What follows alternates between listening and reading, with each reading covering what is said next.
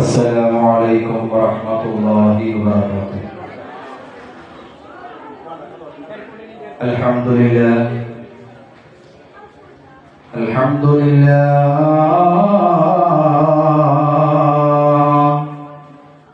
الحمد لله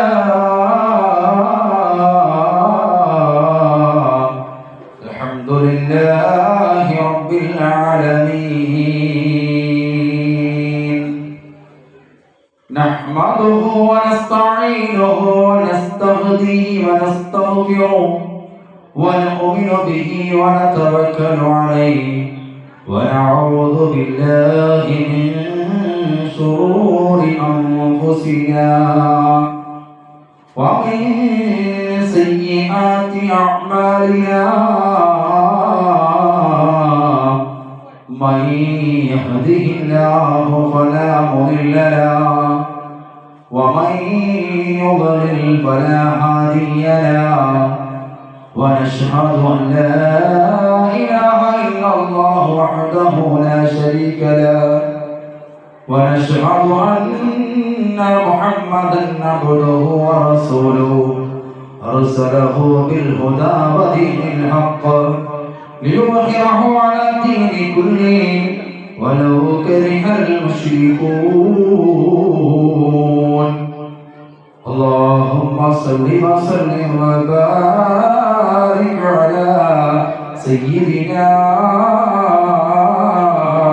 محمد وعلى آله وأصحابه وأزواج أتباعه سيدنا ومولانا محمد. أعوذ بالله من الشيطان الرجيم. بسم الله الرحمن الرحيم. وقل رب أدخلني مدخل صدق وأخرجني مخرج الصدق واجعل لي لدنك سلطانا نصيرا. وقال الذين كفروا لا تسمعوا لهذا القرآن واللغوا فيه لعلكم تغلبون. عن علي بن أبي طالب رضي الله عنه قال رسول الله صلى الله عليه وسلم الدعاء سلاح المؤمن وعماد الدين ونور السماوات والأرض. لا إله إلا الله العظيم الحليم. لا إله إلا الله رب العرش العظيم. لا إله إلا الله رب السماوات والأرض ورب العرش الكريم.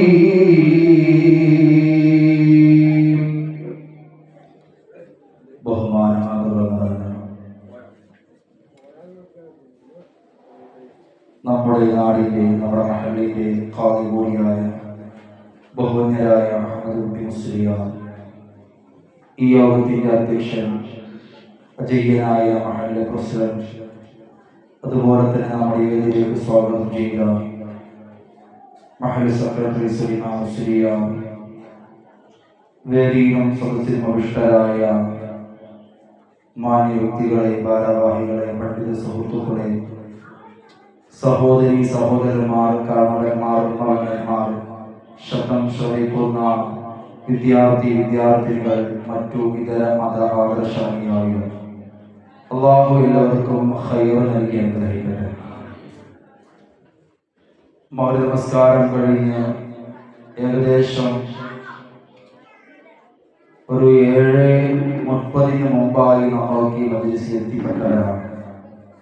ഇപ്പോൾ സമയം 9 മണിയാണ്. 8:30 അതുപോലെ തന്നെ 9, ഏകദേശം 1.5 മണിക്കൂറോളമായി നമ്മൾ ഒരേ ഇരുത്തമിരിക്കുകയാണ്.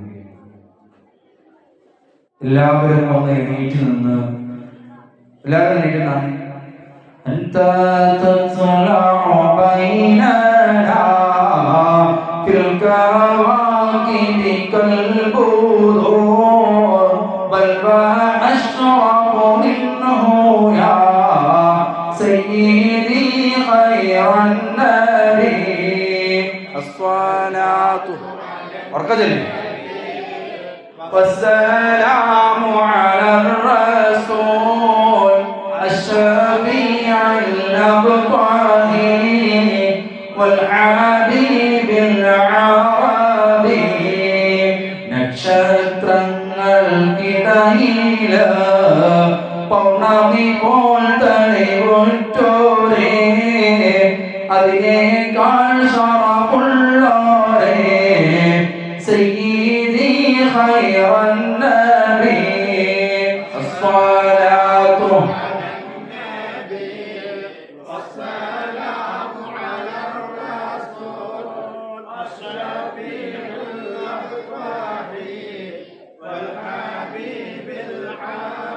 أنت أم أم أبو ما رأينا فيهما مثل حسنك قط يا سيدي خير النبي الصلاة على النبي والسلام على الرسول الشفيع الأبطال والحبيب العربي وصلى الله سيدنا محمد بسم الله ഹബീബായ മുത്തനബിയെ അങ്ങേയറ്റം പ്രിയപ്പെടുന്ന ജീവനതുല്യം സ്നേഹിക്കുവാനും ഹബീബിന്റെ തിരുസന്നി മൃഗം പിടിക്കാനും അല്ലാഹു നമുക്ക് തൗഫീഖ് നൽകി അനുഗ്രഹിക്കട്ടെ. ആമീൻ യാ റബ്ബൽ ആലമീൻ. നീട്ടിപ്പറത്തി ഒരുപാട് സമയം നിങ്ങളുടെ മുമ്പിൽ സംവദിക്കാൻ ആഗ്രഹിക്കുന്നില്ല. എന്നിരുന്നാലും പറയുന്നതും കേൾക്കുന്നതും നമ്മുടെ വ്യക്തിപരമായ ജീവിതത്തിലും സാമൂഹിക കുടുംബപരമായ ജീവിതത്തിലും മാറ്റങ്ങൾ ഉണ്ടാക്കി തീർക്കാൻ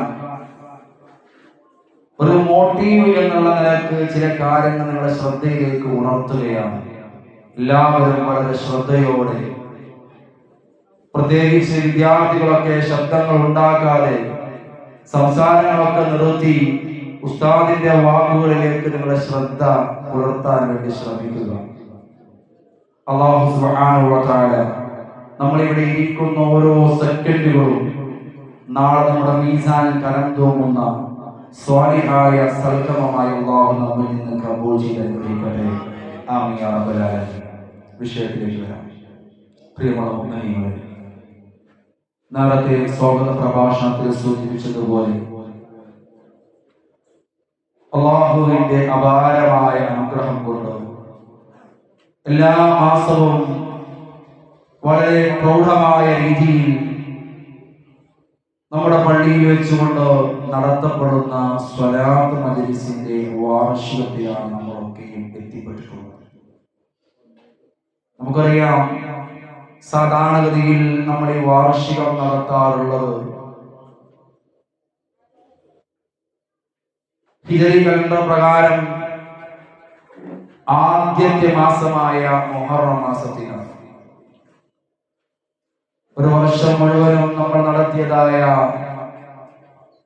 സ്വലാത്ത്, ആ സ്വലാത്തിന്റെ വാർഷികം മറ്റൊരു വർഷത്തിന്റെ തുടക്കത്തിൽ നമ്മൾ കൊണ്ടാടുകയാണ്. പ്രിയമുള്ള മുഅ്മിനീങ്ങളെ, നമ്മെ സംബന്ധിച്ചിടത്തോളം, മനുഷ്യനെ സംബന്ധിച്ചിടത്തോളം അവന്റെ ജീവിതത്തിൽ വഴിത്തിരിവായി തീരുന്ന ചില സംഭവ വികാസങ്ങൾ ഉണ്ടാവാറുണ്ട്. പല രൂപത്തിലും പല കോലത്തിലും പല സന്ദർഭങ്ങളിലുമായിട്ട് നമ്മുടെ ജീവിതത്തിലേക്ക് നമ്മൾ എത്തിപ്പെടുന്ന ഒരു സമയം, അതല്ലെങ്കിൽ ഒരു സംവിധാനം, അത്തരം സംഭവവികാസങ്ങൾ ചിലപ്പോൾ നമ്മുടെ ജീവിതത്തിൽ വലിയ ഉയർച്ചക്കും കാരണമായി തീരാറുണ്ട്. അതോടൊപ്പം തന്നെ വലിയ താഴ്ചക്കും കാരണമായി തീരാറുണ്ട്. ഒരാളൊരു നാട്ടിൽ പലതരം ജോലികൾ ചെയ്തുകൊണ്ട് നടക്കുന്നതായ സമയത്താണ് അവനക്കൊരു ഓപ്പർച്യൂണിറ്റി, അവനൊരു ടേണിംഗ് പോയിന്റ് ആയിട്ട് ഒരു സുഹൃത്ത് അവന്റെ ജീവിതത്തിലേക്ക് കടന്നു വരികയാണ്. നമുക്കൊരു ബിസിനസ് സംരംഭം തുടങ്ങാമെന്ന് പറഞ്ഞിട്ട് ആ സുഹൃത്തിനോട് കൂട്ടുകൂടി അവന്റെ ജീവിതത്തിൽ ഒരുപാട് മാറ്റങ്ങൾ ഉണ്ടായി, ഒരുപാട് ഉയർച്ചകളുണ്ടായി. ബിസിനസ് പരമായി അവൻ ഉയർന്ന നിലയിലേക്ക് എത്തി. അതിനൊരു കച്ചവടം തുടങ്ങി. ആ കച്ചവടമായിരിക്കും അയാളുടെ ജീവിതത്തിന്റെ വഴിത്തിരിവായിട്ട്, ടേണിംഗ് പോയിന്റ് ആയിട്ടുണ്ടാകും. അതേപോലെ തിരിച്ചും ഉണ്ടാകും. നല്ലതിലേക്ക് നല്ല രൂപത്തിൽ ജോലിക്കൊക്കെ പോയി കുടുംബം പിടിക്കുന്ന ആളാണ്. ഒരു സന്ദർഭത്തിൽ ഓനക്കൊന്ന് തോന്നി, ഈ ജോലി ഒന്ന് മാറ്റിപ്പിടിക്കുന്നത്, ശമ്പളം കുറവാണ്, ഇവിടെ നിന്ന് മാറ്റി അപ്പുറത്തേക്കൊന്ന് പോവാം. പക്ഷേ അതോടുകൂടി അവന്റെ അധപ്പതനവുമായിരിക്കും. ചുരുക്കത്തിൽ നമ്മളുടെ നന്മയായ കാര്യങ്ങളാവട്ടെ തിന്മയായ കാര്യങ്ങളാവട്ടെ അതിനൊക്കെയും നമുക്കൊരു ടേണിംഗ് പോയിന്റ് നമുക്ക് ഉണ്ടാവാറുണ്ട്. കച്ചവടത്തിലാവാം, കുടുംബത്തിലാവാം. ചിലർക്ക് മക്കൾ ഉണ്ടായി, ആ മക്കൾ ജോലിക്ക് പോയോടുകൂടി അവരുടെ ജീവിതത്തിൽ ഒരുപാട് മാറ്റങ്ങൾ ഉണ്ടാകും. അതല്ലെങ്കിലോ മക്കൾ കാരണമായിരിക്കും അവരുടെ ജീവിതത്തിൽ തകർച്ചകൾ ഉണ്ടാകുന്നത്. ഇങ്ങനെ തുടങ്ങി നമ്മുടെ ജീവിതത്തിൽ പല സന്ദർഭങ്ങളിലും പല രൂപങ്ങളിലും ഉണ്ടാകുന്ന ചില വ്യക്തികൾ അതല്ലെങ്കിൽ ചില സംരംഭങ്ങളാണ് നമുക്ക് വഴിത്തിരിവായി മാറാറുള്ളത്. അപ്രകാരം ചില മരണങ്ങൾ സംഭവിക്കുന്നത് അത് നല്ല വിധം ജീവിച്ച കുടുംബത്തിന്റെ ഒരു തകർച്ച കാരണമായിരിക്കും. ഒരു കുടുംബനാഥൻ, ഒരു ഉപ്പ വീട്ടിലുണ്ടായിരുന്നു.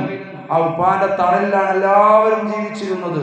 ഉപ്പാക്ക് നല്ല ബിസിനസ് ഉണ്ട്, നല്ല പൈസ ഉണ്ട്, മുതലുണ്ട്, സമ്പത്തുണ്ട്, എല്ലാം ഉണ്ട്. മക്കൾക്കൊന്നും ഒരു കുറവുമില്ലാതെ വളർത്തിക്കൊണ്ടുവരുന്ന ഇപ്പ സ്നേഹമുള്ള പിതാവായിരുന്നു. പക്ഷേ പെട്ടെന്നാണ് ഒരു അറ്റാക്ക് വന്ന് ഉപ്പ മരണപ്പെടുന്നത്.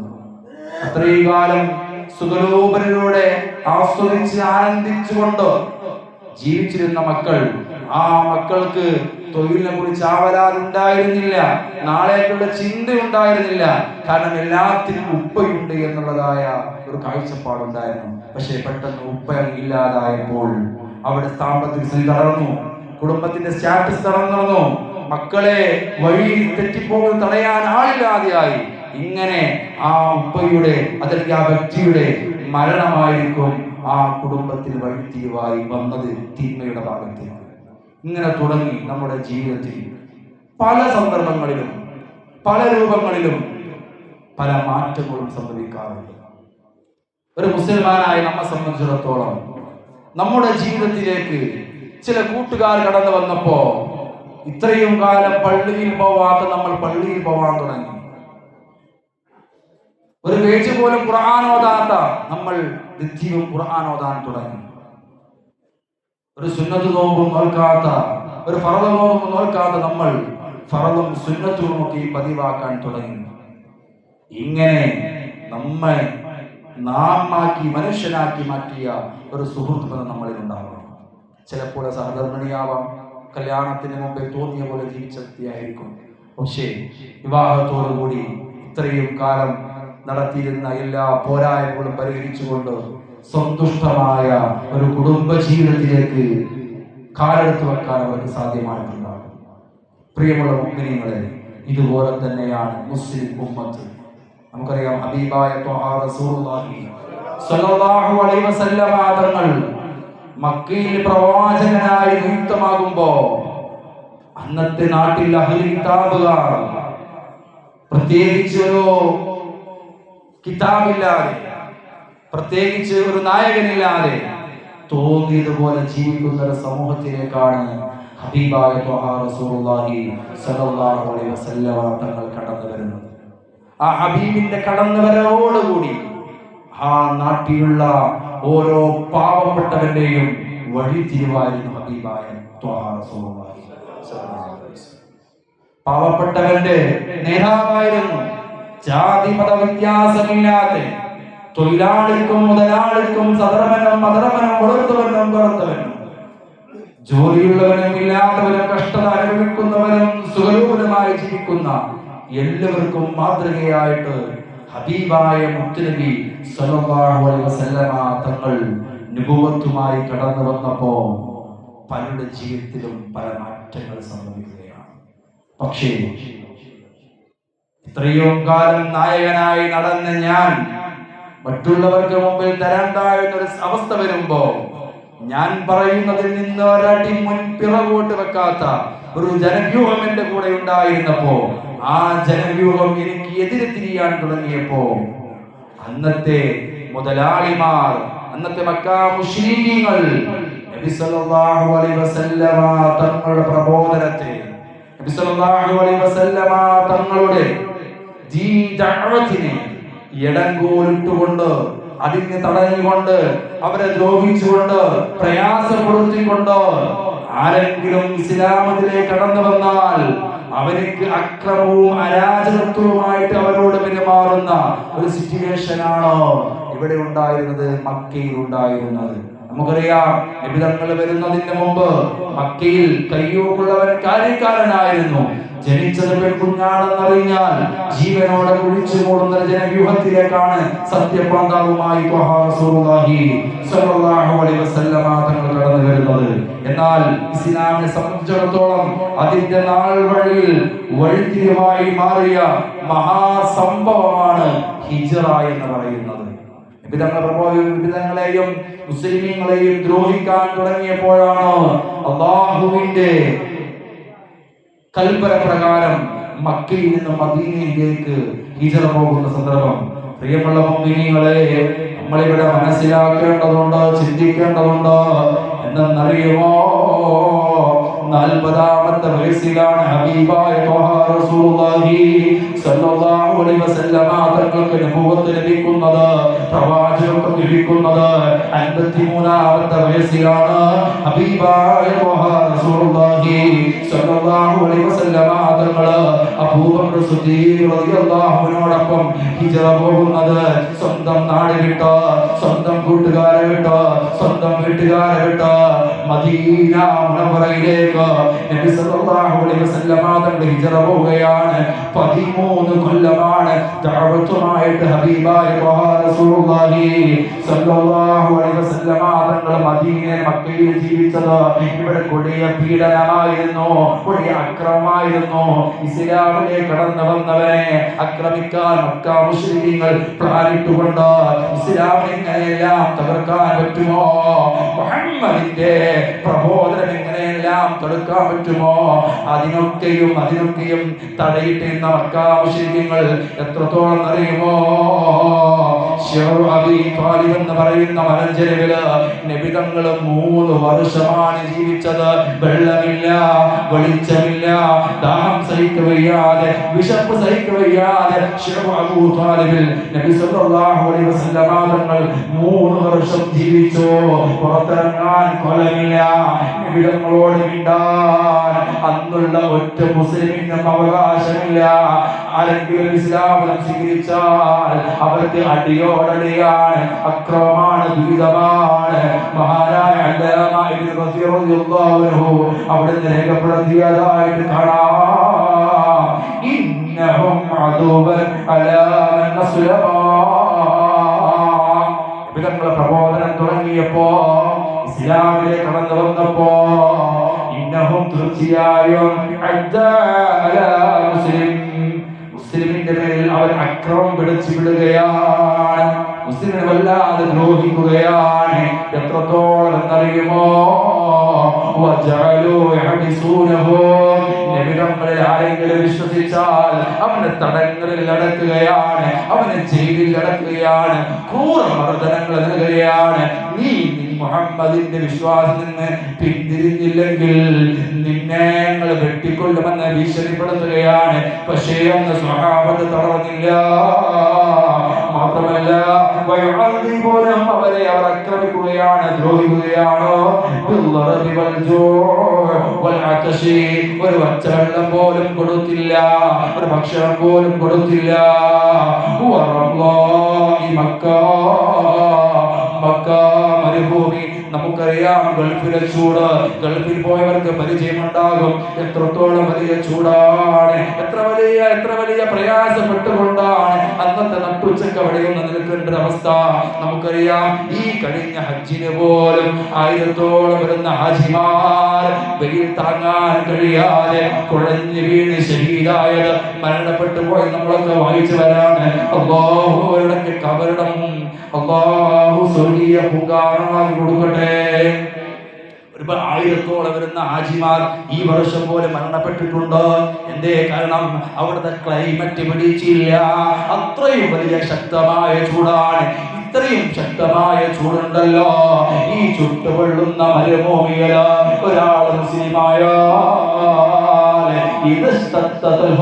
വല്ലാത്ത കഠിനമായ ചൂടുള്ള സമയത്ത് മരുഭൂമിയിൽ കൊണ്ടുപോയി കുറ്റിയിട്ട് അടിക്കുകയാണ്, അവരെ കെട്ടിയിടുകയാണ്. നമുക്കറിയാം ബിലാൽ റളിയല്ലാഹുവിന്റെ ചരിത്രം നമുക്കറിയില്ലേ?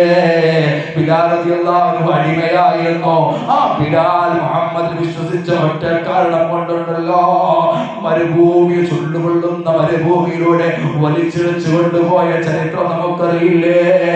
അപ്പോഴും അവിടെ നിന്ന് ഉച്ചരിച്ചത് അല്ലാഹു അഹദ് അല്ലാഹു അഹദ് അല്ലാഹു അഹദ് എന്ന് മാത്രമാണ്. അവിടെ ഈമാനിന് ഒരു കോട്ടവും സംഭവിച്ചില്ല. നമുക്കറിയാം കഴിഞ്ഞ 2 ആഴ്ച മുമ്പ് നമ്മളൊക്കെ സോഷ്യൽ മീഡിയയിലും പത്രമാധ്യമങ്ങളിലൂടെ വായിച്ച വാർത്തയുണ്ട്. തിരുവനന്തപുരം മെഡിക്കൽ കോളേജില് ലിഫ്റ്റിൽ പെട്ട ഒരു വ്യക്തി, ഇനി എനിക്ക് രക്ഷയില്ല, ലിഫ്റ്റ് ഓഫായി. 2 മണിക്കൂറോളം ലിഫ്റ്റിൽ അകപ്പെട്ടു.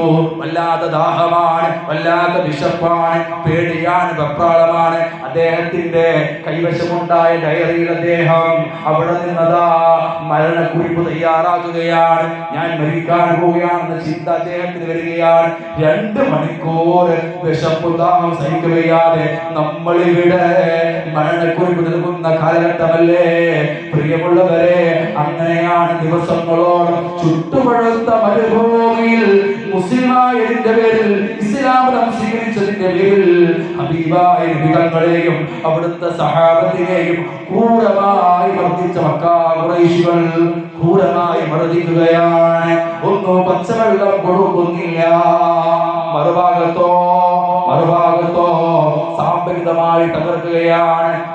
ഇസ്ലാം മതം സ്വീകരിച്ച വ്യക്തി ഒരു സംരംഭത്തിനും അവർ എന്ത് ചെയ്യുന്നില്ല, അവകാശം കൊടുക്കുന്നില്ല. അബൂജഹലോട് പ്രഖ്യാപിച്ചല്ലോ, അഹങ്കാരി അബൂജഹൽ പ്രസ്താവന എന്താ? വല്ലാഹി ലനക്സിദന്ന തിജാറതക, അവിടെ നിലനിർത്തിയ തീർച്ചയായും ഞങ്ങൾ തകർക്കുക തന്നെ ചെയ്യും. നിങ്ങളുടെ കച്ചവട സംരംഭങ്ങളൊക്കെ ഞങ്ങൾ തകർക്കും. നിങ്ങൾ ഇവിടെ ഒന്ന് ജീവിക്കുന്നത് ഞങ്ങൾക്കൊന്ന് കാണണം. ആരെങ്കിലും മുസ്ലിം ആയാൽ അയാൾ അവിടെ ജീവിക്കാൻ ഞങ്ങൾ സമ്മതിക്കില്ല എന്നുള്ളതായ അബൂജഹലിന്റെ പ്രഖ്യാപനമാണ്. മാത്രമല്ല നിങ്ങളുടെ കൃഷിയിടങ്ങളോ നിങ്ങളുടെ സാമ്പത്തികമുണ്ടല്ലോ അതൊക്കെയും ഞങ്ങൾ നാശത്തിലാകുകയും ചെയ്യുമെന്ന് സത്യപ്രതിജ്ഞ എടുത്തതായ ഒരു കാലഘട്ടമാണ്. 13 വർഷം വല്ലാതെ പ്രയാസപ്പെട്ടുകൊണ്ടാണ് മുത്തനബി സല്ലല്ലാഹു അലൈഹി വസല്ലം തങ്ങൾ അവിടെ ജീവിച്ചത്.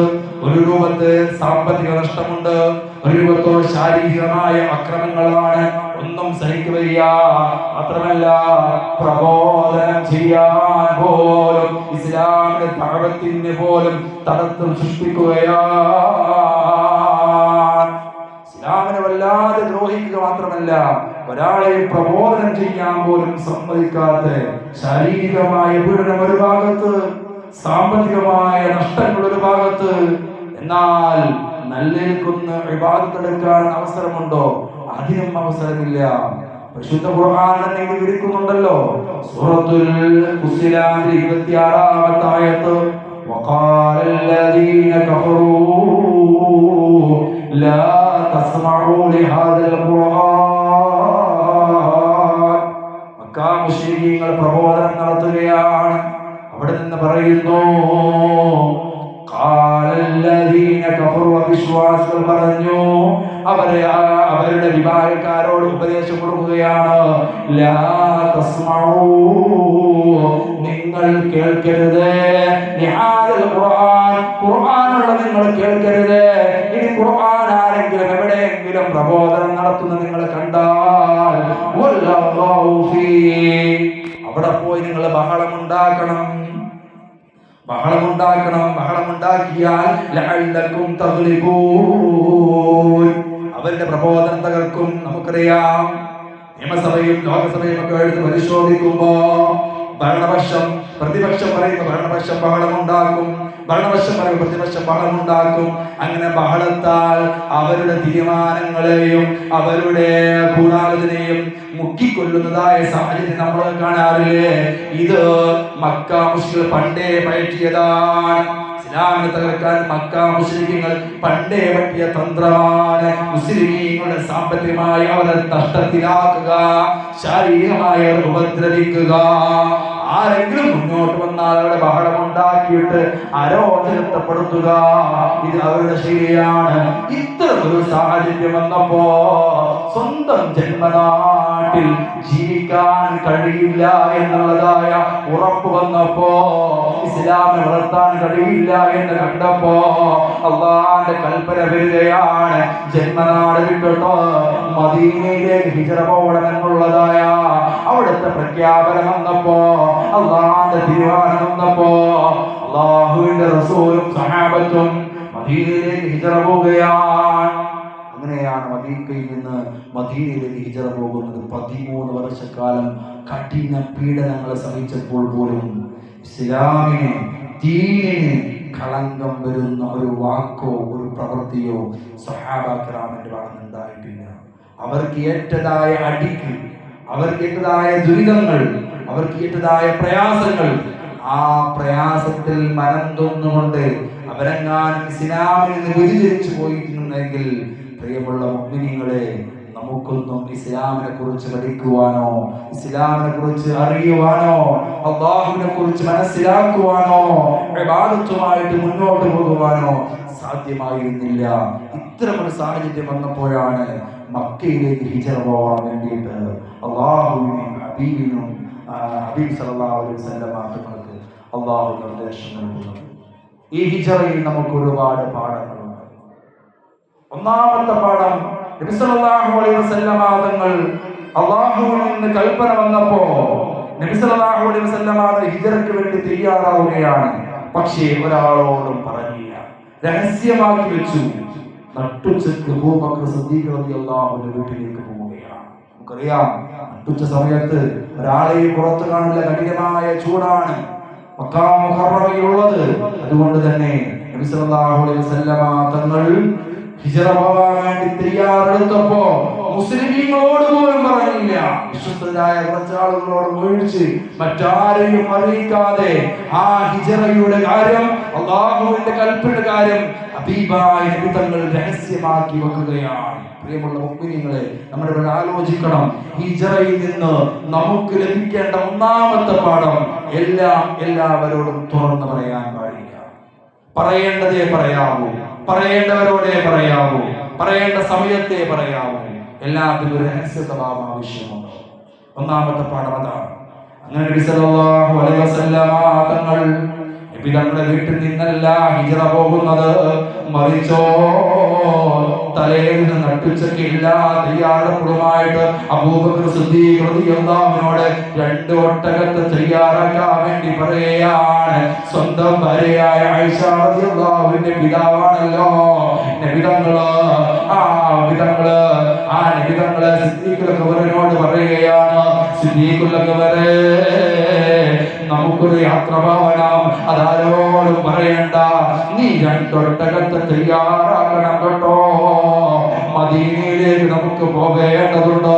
പക്ഷേ നബിതങ്ങൾ ഇതുവരെ മദീനയിലേക്ക് പോയിട്ടില്ല, മദീന കണ്ടിട്ടില്ല.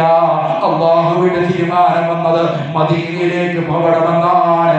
ആ സമയത്താണ് അബൂബക്കർ സിദ്ദീഖ് റളിയല്ലാഹു അൻഹു നബിതങ്ങളോട് പറഞ്ഞു, നബിതങ്ങളെ, അബ്ദുല്ലാഹി അലീനെ നമുക്ക് കൂടെ കൂട്ടിയാലോ? ആരാ അബ്ദുല്ലാഹി? മക്ക മുശ്രിക്കുകളിൽ പെട്ട ആളാണ്, ഇസ്ലാം മതം സ്വീകരിച്ചിട്ടില്ല, അമുസ്ലിമായ വ്യക്തിയാണ്. എന്നാലോ എല്ലാ വഴികളെ കുറിച്ചും നല്ല നൈപുണ്യനായ വ്യക്തിയാണ് അബ്ദുല്ലാഹ് അലിയഖ എന്ന് പറയുന്നത്. ആ അബ്ദുല്ലാഹ് അലിയഖയെ ഒപ്പം കൂട്ടാൻ വേണ്ടിയിട്ട് സമ്മതം പറഞ്ഞപ്പോ നബി സല്ലല്ലാഹു അലൈഹി വസല്ലമ തങ്ങൾ പറയുന്നു, അബ്ദുല്ലാഹ് അലിയഖയോട് ഗാർ ഹൗറയുടെ അടുത്ത് വെച്ച് ഹൗറിന്റെ ഭാഗത്തേക്ക് വരാൻ വേണ്ടി ആവശ്യപ്പെടുക. പ്രിയമുള്ള മുഅ്മിനീങ്ങളെ, അബ്ദുല്ലാഹ് ഇബ്നു അലിയഖ അവൻ അമുസ്ലിമാണെങ്കിൽ പോലും വിശ്വസ്തനായിരുന്നു, വഴികളെ കുറിച്ച് അറിയുന്ന ആളായിരുന്നു. ഇവിടെ നമുക്ക് ലഭ്യമായ രണ്ടാമത്തെ പാഠം അതാണ്. ജാതിയോ മതമോ അവിടെ നോക്കേണ്ടതില്ല. വിശ്വസ്തനാണെങ്കിൽ നമ്മുടെ എല്ലാത്തിനെയും ഒപ്പം കൂട്ടാം, ഏത് വ്യക്തിയെയും. നമുക്കറിയാം, ഒരു ഇലക്ഷൻ വരുമ്പോ അവിടെ നമ്മൾ ജാതി നോക്കാറില്ല, മതം നോക്കാറില്ല. ആ വ്യക്തിയെ കൊണ്ട് സാമൂഹികപരമായി കുടുംബപരമായി നമ്മുടെ നാടിനും നമ്മുടെ സമൂഹത്തിന് നേട്ടങ്ങളുണ്ടെന്നും നമ്മൾ നോക്കാറുള്ളൂ. അവിടെ അവിടെ മതം നോക്കേണ്ടതില്ല. ആരെയും കൂടെ കൂട്ടാം, വിശ്വസ്തനായിരിക്കണമെന്ന് മാത്രം. നമ്മെ ഒറ്റിക്കൊടുക്കില്ലെന്ന് ഉറപ്പുണ്ടെങ്കിൽ ഒരു ഹിന്ദുവിനെയും ക്രിസ്ത്യനെയും സദർനെയും അതിർനെയും ഒക്കെ ഒപ്പം കൂട്ടാമെന്നുള്ളതായ പാഠമാണ് ഹിജ്റയിൽ നമുക്ക് ലഭ്യമാകുന്നത്. എന്നിട്ടോ അവിടെ നിന്നതാ ഹിജ്റ പോവുകയാണ്. ഹിജ്റ പോകുമ്പോ പ്രത്യേകം മനസ്സിലാക്കണം കേട്ടോ, വിശ്വാസികളെ ചേർത്ത് വിളി നിർത്താമെന്നും അവരുടെ സഹായം തേടാമെന്നും ഈ ഒരു ചരിത്രം നമുക്ക് മനസ്സിലാക്കാം. എന്നിട്ടതാ നബി സല്ലല്ലാഹു അലൈഹി വസല്ലമ തങ്ങൾ വല്ലാത്ത പ്ലാനിങ്ങോട് കൂടിയാണ് പോകുന്നത്. മദീനയുള്ളത് എവിടെയാ?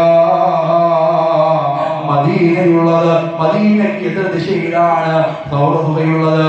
നബി സല്ലല്ലാഹു അലൈഹി വസല്ലമ തങ്ങൾ വടക്കോട്ടാണ് സഞ്ചരിക്കാതെ വടക്ക് മക്കയിൽ നിന്ന് വടക്ക് ഭാഗത്താണ് മദീന സ്ഥിതി ചെയ്യുന്നത്. പക്ഷേ നബി തങ്ങൾ പോകുന്ന തെക്കോട്ടാണ്.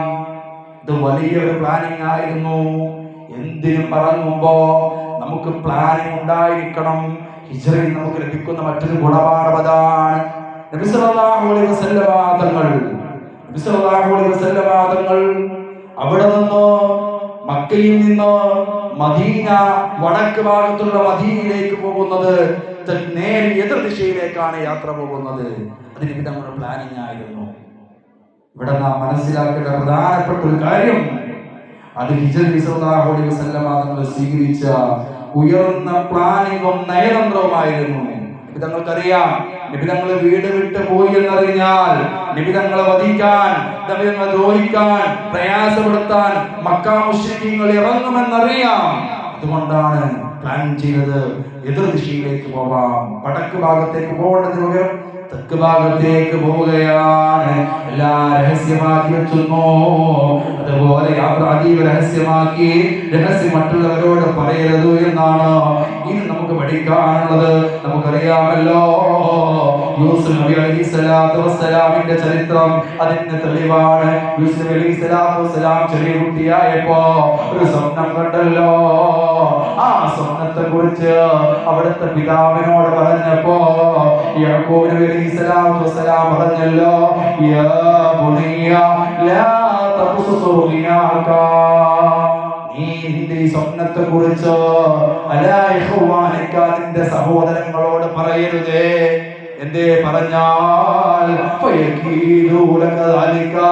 അവർ നിനക്ക് ചതി പ്രയോഗം നടത്തിയേക്കാം.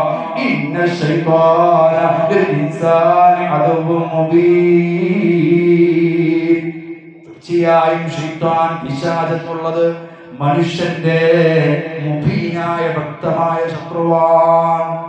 പക്ഷേ പിഞ്ചു മനസ്സിൽ കളങ്കമില്ല എന്ന് പറയുന്നത് പോലെ ആ യൂസുഫ് നബിയുടെ ആ ചെറുപ്രായം അവിടുന്ന് രഹസ്യമാക്കി വെക്കാതിരിക്കാൻ കഴിയുന്നില്ല.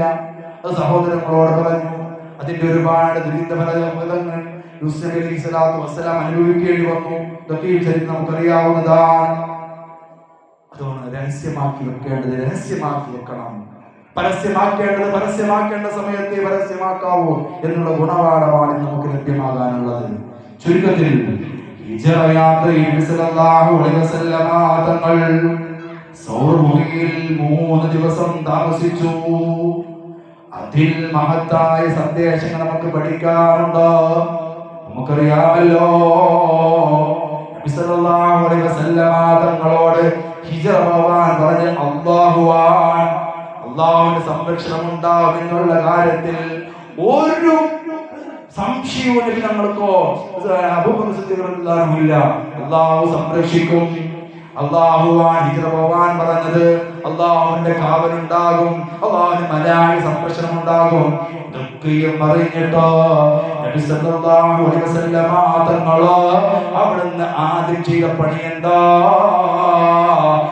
തെക്ക് ഭാഗത്തേക്ക് പോവേണ്ട നിബിധങ്ങള് അല്ല വടക്ക് ഭാഗത്തേക്ക് പോവേണ്ട നിബിധങ്ങള് എതിർദിശയായ തെക്ക് ഭാഗത്തേക്ക് പോയിട്ട് അവിടെയുള്ള തുറന്ന ഗുഹയുണ്ടല്ലോ 3 ദിവസത്തോളം പാർക്കുകയാണ്, താമസിക്കുകയാണ്. ഇത് വലിയ ഒരു തന്ത്രമായിരുന്നു, നയതന്ത്രമായിരുന്നു. ഇവിടെ 2 കാര്യങ്ങൾ നമുക്ക് പഠിക്കാനുണ്ട്. ഒന്നാമത്തെ കാര്യം ഇത് സൂക്ഷ്മതയാണ്.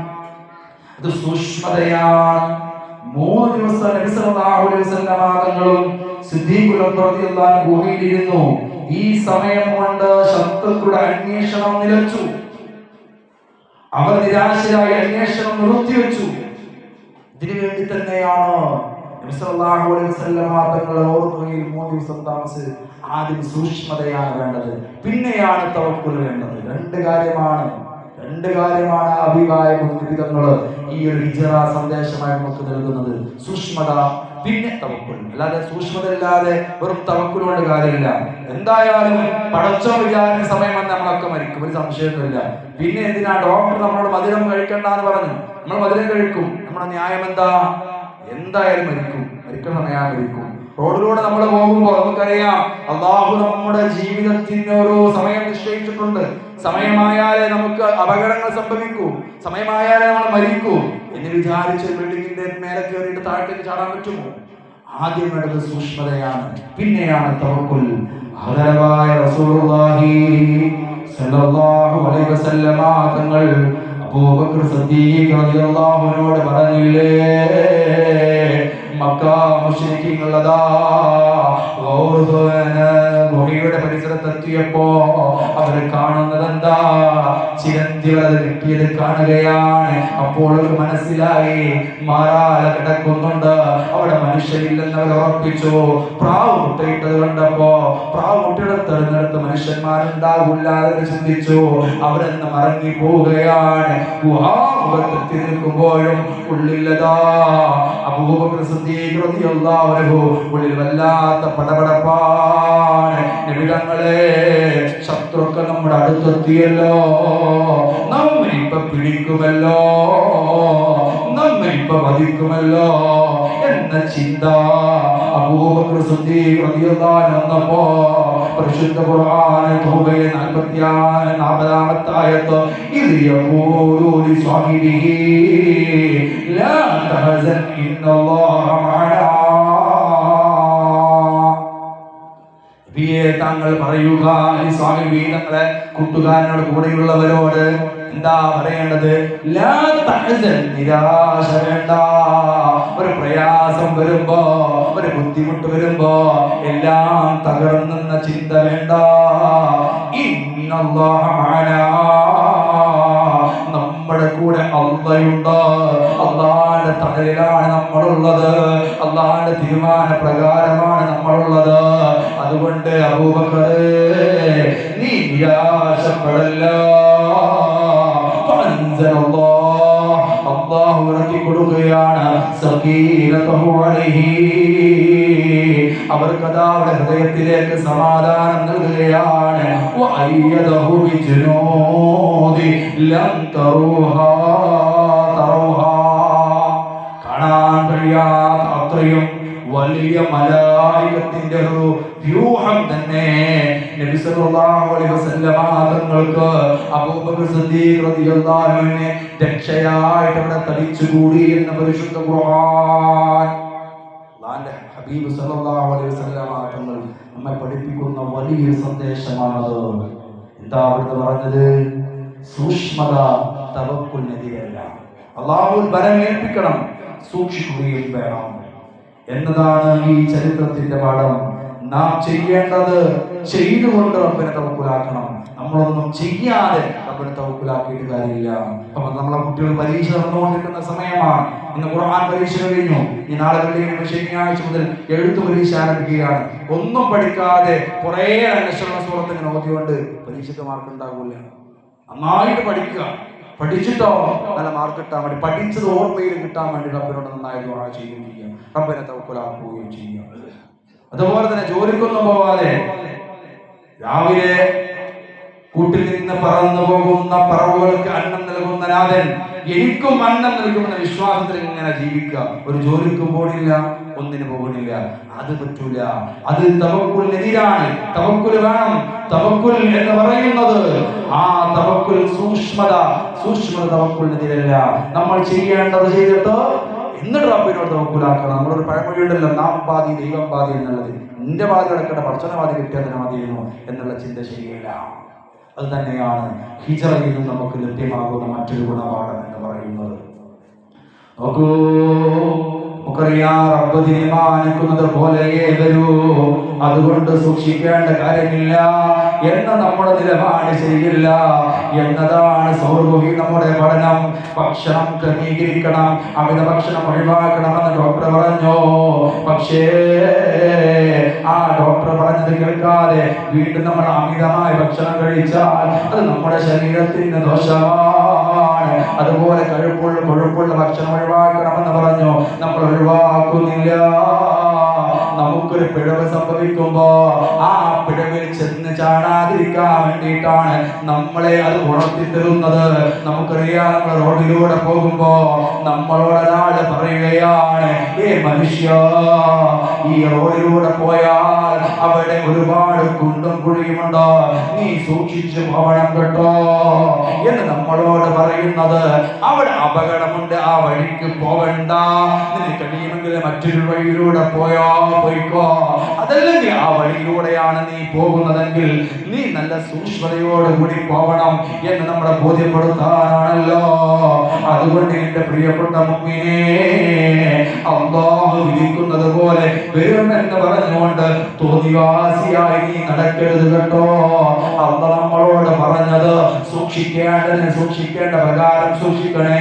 അല്ലാഹു നിനക്ക് നൽകിയതായ സമ്പത്തുണ്ടല്ലോ, അല്ലാഹു നിനക്ക് നൽകിയതായ മക്കളുണ്ടല്ലോ, അല്ലാഹു നിനക്ക് നൽകിയതായ സൗഭാഗ്യങ്ങളുണ്ടല്ലോ, അല്ലാഹു നിനക്ക് നൽകിയതായ അയൽപക്ക ബന്ധങ്ങളുണ്ടല്ലോ, അല്ലാഹു നിനക്ക് നൽകിയതായ തൊഴിലും ജോലിയും ബിസിനസ് സംരംഭങ്ങളും ഉണ്ടല്ലോ. ഇതൊക്കെയും അല്ലാഹുവിനെ തവക്കുലാക്കുമ്പോ അത് നീ പാലിക്കേണ്ട മര്യാദകളുണ്ട്. മക്കളെ വളർത്തുന്നതിൽ മര്യാദയുണ്ട്, ജോലി ചെയ്യുന്നതിൽ മര്യാദയുണ്ട്. അതുപോലെ തന്നെ നീ പ്രവർത്തിക്കുന്ന വാക്കിലും പ്രവൃത്തിയിലും നീ പാലിക്കേണ്ട കാര്യങ്ങളുണ്ട്. അതൊക്കെയും ചെയ്തിട്ട് നീ റബ്ബിനെ തവക്കുലാക്കിക്കോ. എന്നാൽ അത് റബ്ബ് നിനക്ക് നിന്റെ വഴി കാണിച്ചു തരും. പക്ഷേ നീ നിന്റെ മക്കളെ വളർത്തിയിട്ടില്ല, അവർ തോന്നിയ പോലെ വളരുകയാണ്. എന്നിട്ട് ഉസ്താദിനൊക്കെ 500 രൂപയും കൊടുത്ത്, ഉസ്താദേ നിന്റെ മകൻ നന്നാവാൻ വേണ്ടി ദുആ ചെയ്യണേ എന്ന പ്രാർത്ഥനക്ക് അർത്ഥമില്ല. മറിച്ചോ, വളർത്തേണ്ട പ്രകാരം വളർത്തിയിട്ടുണ്ട്, ഉപദേശിക്കേണ്ട പ്രകാരം ഉപദേശിച്ചിട്ടുണ്ട്, കാണിക്കേണ്ട പ്രകാരം കാണിച്ചിട്ടുണ്ട്, ചെയ്യേണ്ട പ്രകാരം ചെയ്തിട്ടുണ്ട്. എന്നിട്ടും അവ വഴി നിന്ന് പിന്തിരിഞ്ഞു പോകുമ്പോ റബ്ബിനോട് വേവലാതി പറയാം. റബ്ബിനോട് നമ്മൾ പറയുന്നതിന് മുമ്പ് അത് പറയാൻ നമ്മൾ അർഹനാണോ എന്ന് നമ്മൾ ചിന്തിക്കേണ്ടതുണ്ട്. പ്രിയമുള്ള മുഅ്മിനേ, പ്രിയമുള്ള ഉമ്മ, നമ്മളൊക്കെ ഇവിടെ ഒരുമിച്ച് കൂടിയതല്ലേ? നമുക്കറിയാം നമ്മുടെ കൈവശമൊന്നുമില്ല, പ്രവർത്തനങ്ങളില്ല, അമലുകളില്ല. എന്നാൽ ഇവിടെ കൂടി ഒരുപാട് ആളുകളുണ്ട്. 40 ആള് കൂടുമ്പോ അവിടെ ഒരു സ്വാലിഹായ മനുഷ്യനുണ്ടെന്ന് മഹാന്മാർ നമ്മെ പഠിപ്പിച്ചതാണല്ലോ. ഇവിടെ ഉസ്താദ് ദുആ ചെയ്യുമ്പോ ആ ദുആഇന് ഇജാബത്തുള്ള ഒരാളെങ്കിലും ഈ മജ്ലിസിൽ ഉണ്ടായാൽ അത് നമുക്ക് എല്ലാവർക്കും നേട്ടമാണ്, എല്ലാവർക്കും ഗുണമാണ്. ആ ഒരു വിശ്വാസത്തിലാണ് നമ്മളൊക്കെ ഒരുമിച്ച് കൂടിയിട്ടുള്ളത്. അതുകൊണ്ട് ഹിജ്റയിൽ നമുക്ക് ലഭ്യമാകുന്ന അടുത്ത പാഠമാണ്, ഖൗറുസുൽ നമുക്ക് ലഭ്യമാകുന്ന പാഠമാണ്. നമ്മൾ ചെയ്യേണ്ട കാര്യങ്ങൾ ചെയ്തുകൊണ്ട് റബ്ബിനോട് തവക്കുൽ ചെയ്യണം. അതാണ് നമുക്ക് പറയാനുള്ളത്. നമ്മൾ ചെയ്യേണ്ട കാര്യങ്ങൾ നമ്മളൊക്കെ ചെയ്യുക, എന്നിട്ട് റബ്ബിനോട് തവക്കുലാക്കുക. അപ്പോൾ അള്ളാഹു അതിൻ്റെ ഒരു വഴി നമ്മൾ കാണിച്ചു തരും. അതുപോലെ ഹിജറയിലെ മറ്റൊരു പടം, ഒരു വിശ്വാസി ഏത് സമയം ദുആഇനെ മുറുകെ പിടിക്കണമെന്നാണ്. യാത്രയുടെ മുമ്പ് നബി സല്ലല്ലാഹു അലൈഹി വസല്ലം തങ്ങൾ അല്ലാഹു ഒരു ദുആ പഠിപ്പിച്ചു കൊടുത്തു. നബി സല്ലല്ലാഹു അലൈഹി വസല്ലം തങ്ങൾ സമാധാനവും മുറുകെ പിടിച്ചു. ഖുർആൻ പറയുന്നുണ്ട്, നോക്കൂ, പ്രയാസം വരുമ്പോ, ബുദ്ധിമുട്ട് വരുമ്പോ ദുആ ചെയ്യാനല്ല അല്ലാഹു പറഞ്ഞത്, മറിച്ചോ പ്രയാസം തോന്നുമ്പോ ഈ ഒരു ദുആ നബി തങ്ങളെ നിങ്ങൾ ദുആ ചെയ്യണേ എന്ന് പഠിപ്പിച്ചു കൊടുത്തിട്ടാണ് യാത്ര കഴിച്ചത്. ഇത് നമുക്ക് വലിയൊരു പാഠം ഇതിലുണ്ട്.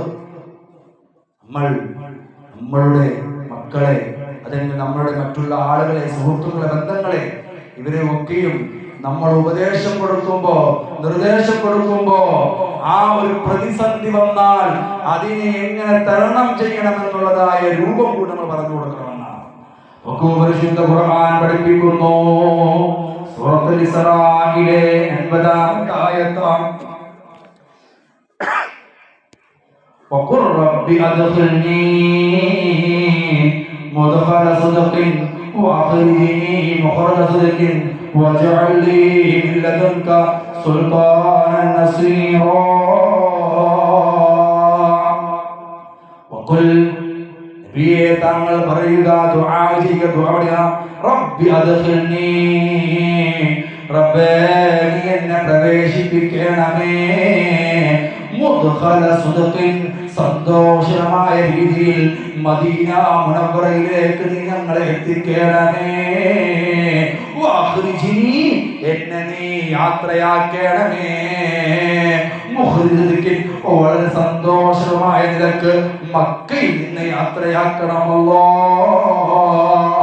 വജഅൽ ലീ മിൻ ലദുൻക, വജഅൽ ലീ, അല്ലാഹുവേ നീ കാക്കണമേ, മിൻ ലദുൻക, നിന്നിൽ നിന്ന് ഞങ്ങൾക്ക് നൽകണമേ, സുൽത്താനൻ നസീറാ,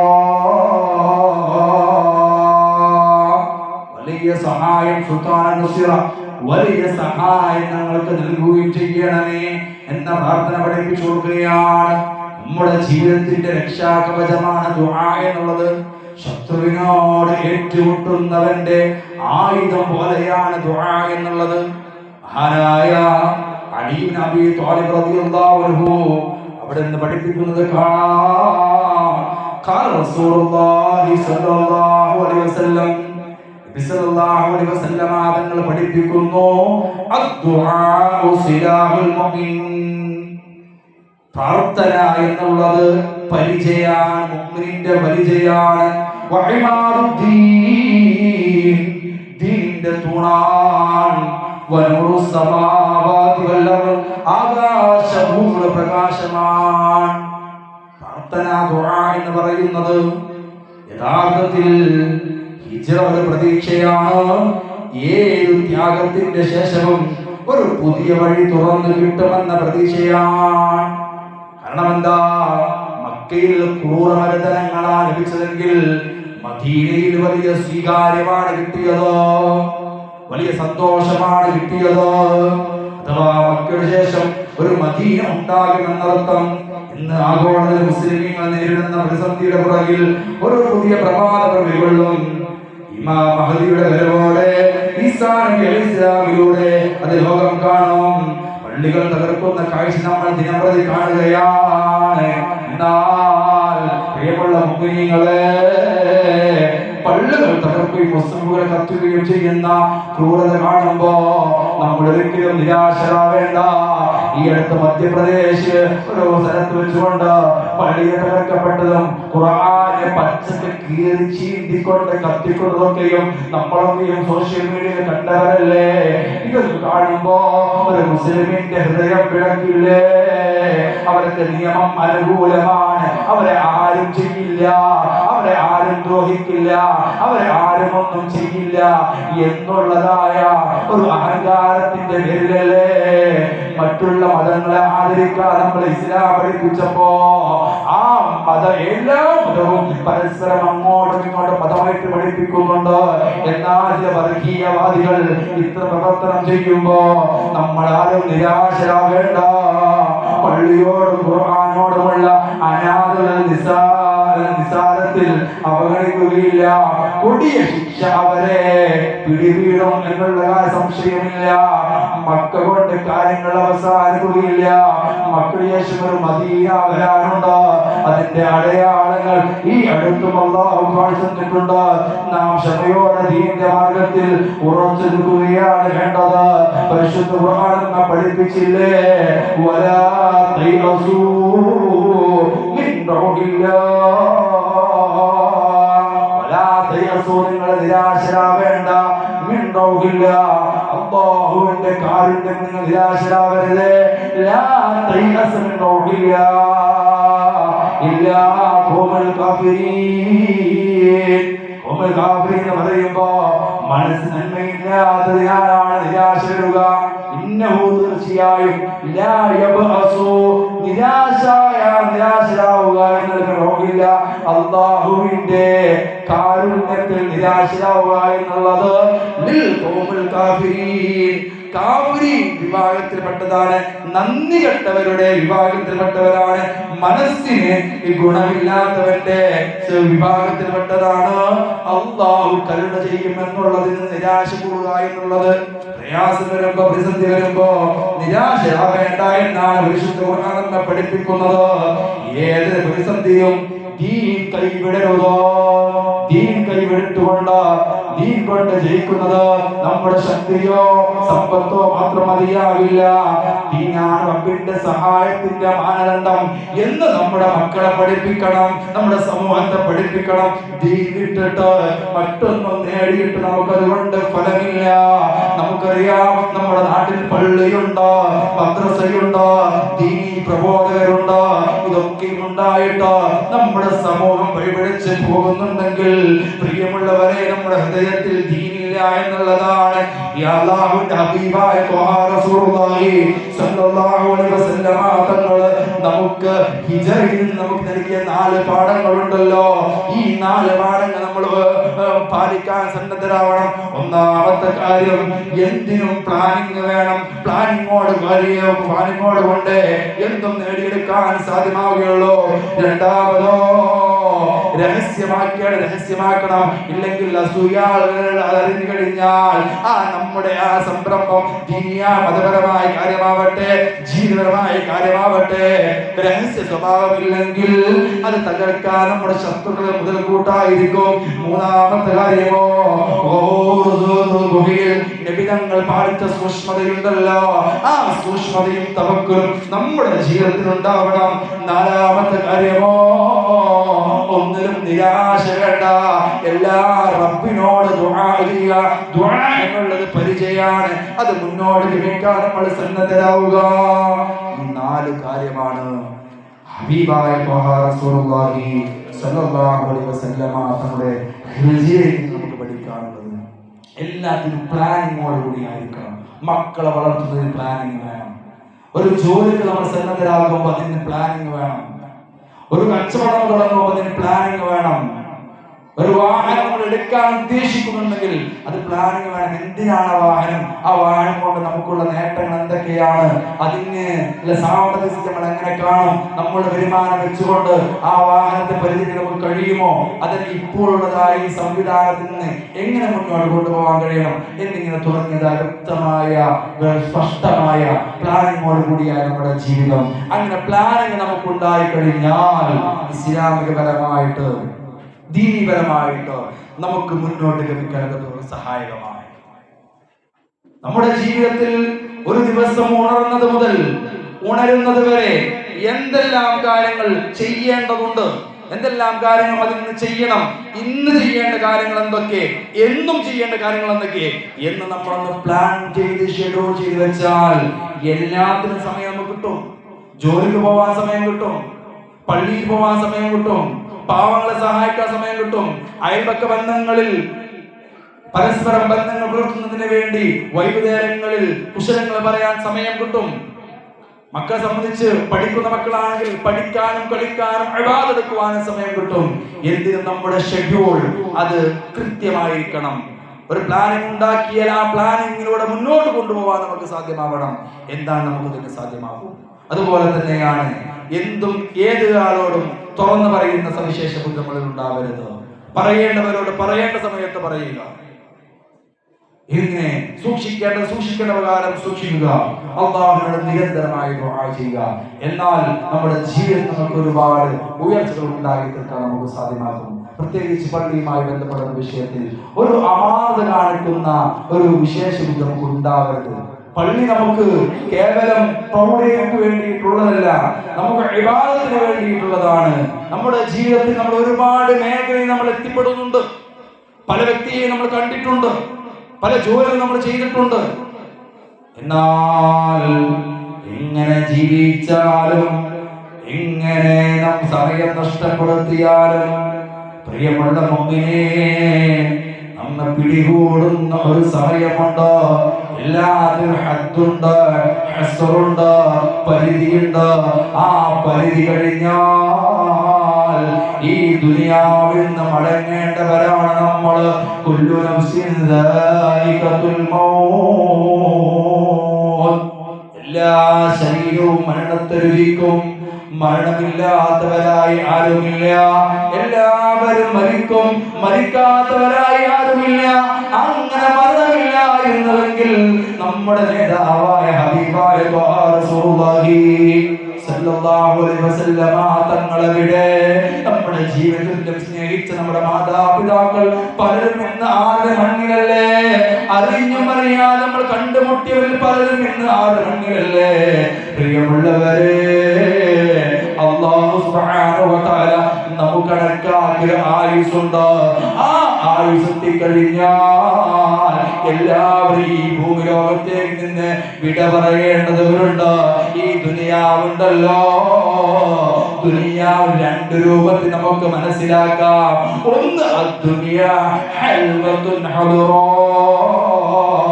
ദുനിയാവ് പച്ച പിടിച്ചതാണ്, മധുരമേറിയതാണ്.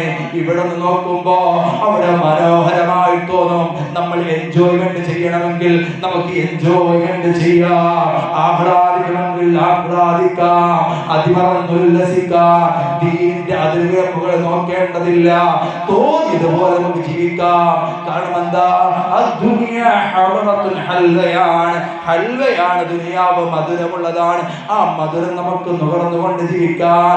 രണ്ടാമത്തെ കാര്യമോ അദ്ദുനിയാ മസ്റഅത്തുൽ ആഖിറ, ഈ ദുനിയാവ് നമ്മൾ വിട പറഞ്ഞു പോകുമ്പോ നമുക്കൊരു കാലം വരാനുണ്ട്, അവിടെ പിന്നീട് മരണമില്ല. നമ്മുടെ ജീവിതത്തിൽ നമുക്ക് രണ്ട് ജന്മവും ഒരു മരണവുമാണ് ഉള്ളത്. അതിൽ ഒന്നാമത്തെ ജനനം നമ്മൾ ജനിച്ചു കഴിഞ്ഞോ, നമ്മുടെ ഉമ്മാന്റെ ഗർഭാശയത്തിൽ നിന്ന് നമ്മൾ ഈ ഭൂമിയിലേക്ക് എത്തിയല്ലോ. അവിടെ നമുക്ക് വലിയ ലോകമായിരുന്നു, അതിനേക്കാൾ വലിയ ലോകമാണ് ഈ ദുനിയാവുള്ളത്. ഇനി നമ്മളൊന്ന് മരിച്ചോ, പിന്നെ നമ്മളൊന്ന് പുനർജനിച്ചാൽ പിന്നീട് മരണമില്ല. അങ്ങനെ നിശ്ചയിക്കാൻ കഴിയാത്ത കാലഘട്ടം. ആ കാലഘട്ടത്തിലേക്ക് നമ്മൾ നേടിയെടുക്കേണ്ട കൃഷിയിടമാണ് ദുനിയാവെന്ന് പറയുന്നത്. ദുനിയാ മസ്റഅത്തുൽ ആഖിറയാണ്, നാളെ ആഖിറത്തിലേക്കുള്ളതായ കൃഷിയിടമാണ് ദുനിയാവ്. ഇവിടെ നാളെ ആഖിറത്തിലേക്ക് ആവശ്യമായ കൃഷി ചെയ്യാൻ നീ സന്നദ്ധരാണെങ്കിൽ ആ കൃഷി നിനക്ക് ചെയ്യാം. നമ്മളുമായി ബന്ധപ്പെട്ടതല്ല, നാളെ ആഖിറത്തിലേക്കുള്ള കൃഷിയിടമാണ്. നമ്മുടെ മക്കൾ നാളെ കൃഷി ചെയ്യേണ്ട വിഭവമാണ്, നമ്മുടെ സമൂഹം കൃഷി ചെയ്യേണ്ട വിഭവമാണ്, നമ്മുടെ ഇബാദത്തുകൾ കൃഷി ചെയ്യേണ്ട വിഭവമാണ്. ഇങ്ങനെ നമ്മുടെ ജീവിതവുമായി ബന്ധപ്പെട്ട എന്തെല്ലാം സംഗതികളുണ്ടോ അതൊക്കെയും നാളെ ആഖിറത്തിൽ ഉപകരിക്കുന്ന, ആഖിറത്തിൽ മീസാനിൽ തോന്നുന്ന പ്രവർത്തനങ്ങളാവണം. നമ്മുടെ ജീവിതത്തിൽ ഒരു ശ്വാസം എടുത്താൽ, ഒരു വാക്കുച്ചരിച്ചാൽ, ഒരു അടി ചവിട്ടിയാൽ എല്ലാത്തിനും നാളെ നമ്മൾ മറുപടി പറയേണ്ടി വരും. എല്ലാം നാളെ നമ്മളോട് ചോദിക്കപ്പെടും.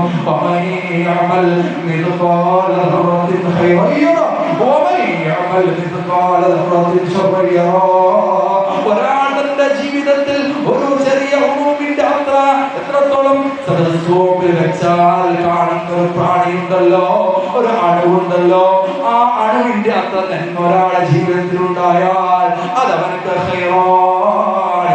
എന്നാൽ ഒരാളുടെ ജീവിതത്തിൽ ഒരു അണുവിന്റെ അത്ര തിന്മ വന്നാൽ അതും അവനക്ക് ശർറാണെന്ന് പരിശുദ്ധ ഖുർആൻ നമ്മെ പഠിപ്പിക്കുകയാണ്.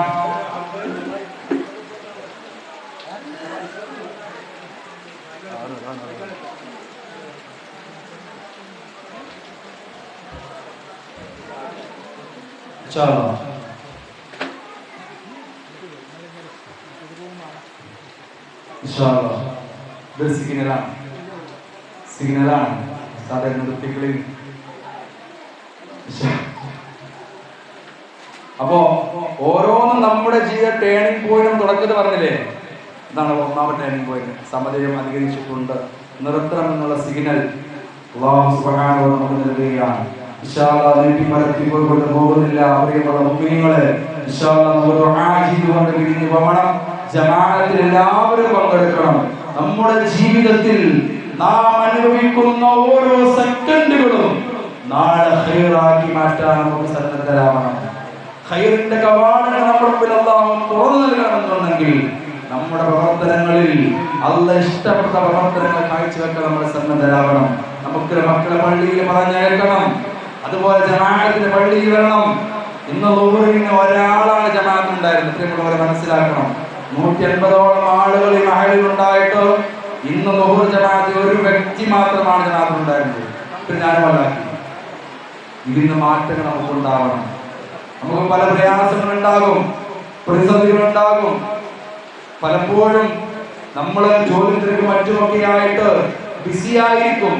പക്ഷേ വീട്ടിലുണ്ടാകുമ്പോ, നാട്ടിലുണ്ടാകുമ്പോ പള്ളിയിൽ വരുന്നവരായി മാറാൻ പുരുഷന്മാരായ നമ്മൾ പള്ളിയിൽ വെച്ചുകൊണ്ട് ജമാഅത്തായിട്ടാണെങ്കിലും ഒറ്റക്കാണെങ്കിലും പള്ളിയിൽ വെച്ചുകൊണ്ട് ജമാഅത്തായി നമസ്കരിക്കുന്ന വിശേഷ ബുദ്ധി നമ്മളൊക്കെ നേടിയേക്കാൻ വേണ്ടി ശ്രമിക്കണം. നമ്മുടെ നിസ്കാരം, നോമ്പ്, സൽക്കർമ്മങ്ങൾ, സ്വതക്ക തുടങ്ങിയ സന്ദർഭങ്ങളൊക്കെ അല്ലാഹു സ്വീകരിക്കുന്ന അമലാക്കി മാറ്റാൻ നമുക്ക് സാധിക്കണം. അല്ലാഹു നമുക്ക് ഇതിന് തൗഫീഖ് നൽകി അനുഗ്രഹിക്കട്ടെ. ഇൻഷാ അല്ലാഹ് അതിന്റെ വാക്കുകൾക്ക് വിരാമം കൊടുക്കുകയാണ്. നമ്മൾ പുതിയ ഒരു പഠന ക്ലാസ് ആരംഭിച്ചിട്ടുണ്ട്. എല്ലാവർക്കും അറിയാം, കഴിഞ്ഞ 2 ആഴ്ച മുമ്പ് തന്നെ തുടക്കം കുറിച്ചു. അടുത്ത ക്ലാസ് ഓഗസ്റ്റ് 2-ാം തീയതി വെള്ളിയാഴ്ച അല്ല ശനിയാഴ്ച മദ്രസയിൽ വെച്ചുകൊണ്ട് നടത്തപ്പെടും. ബുദ്ധിമുട്ടില്ലാത്ത എല്ലാ ഉമ്മമാരും സഹോദരിമാരും കാരണവന്മാരും യുവാക്കളും ഒക്കെയും അതിൽ പങ്കെടുക്കണം. കഴിഞ്ഞ മദ്രസ വാർഷികത്തിന്റെ അന്ന് ഞാൻ യുവാക്കൾ ഉണർത്തിയിരുന്നു. നമ്മുടെ ജീവിതവുമായി ബന്ധപ്പെട്ടുകൊണ്ട് നമുക്ക് അനിവാര്യമായ അറിവുകൾ നേടിയെടുക്കൽ അലാകുല്ലി മുസ്ലിമെ, എല്ലാ മുസ്ലിമിനും നിർബന്ധമാണ്.